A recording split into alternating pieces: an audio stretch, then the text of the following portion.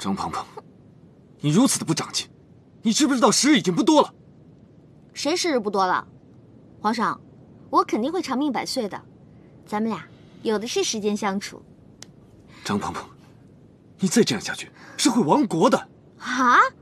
这都哪跟哪儿的话呀？不用扯上亡国这么严重的事儿吧？让你写字你不会，让你蹲马步你不行，让你练好身体你也做不了，你到底会做什么？切，我会的可多了。再说了，我会的你还不一定会呢。朕倒想听听，有什么事是你会，而朕不会的？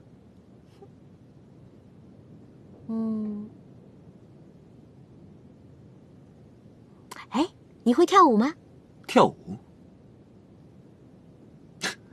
就是你和绿篱跳的那三脚猫功夫啊！朕上次已经领教过了，没什么难的。哼，那就请君一试吧。